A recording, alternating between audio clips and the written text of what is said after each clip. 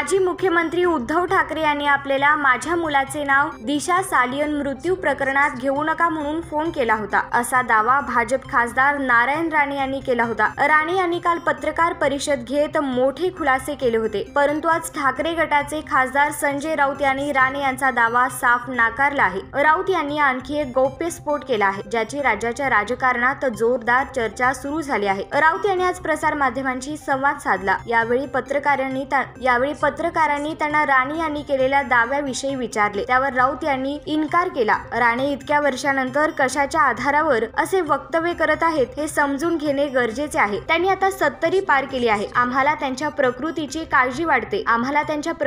काळजी वाटते। राणे यांना ज्यावेळी अटक झाली त्यावेळी त्यांच्याच कुटुंबियांनी ठाकरेंना फोन केला होता, त्यांना सांभाळून घ्या, त्यांची प्रकृती बरी नाही, त्यांना काही त्रास होत आहे। इतकेच नाही तर थेट केंद्रातूनही फोन आला होता। राणे यांच्या सुटकेसाठी अमित शहा यांचाही फोन आला होता। यानंतर तत्कालीन मुख्यमंत्री उद्धव ठाकरे यांनी पोलिसांना सूचना केल्या आणि राणेंची सुटका झाली, असा गौप्यस्फोट राऊत यांनी केला।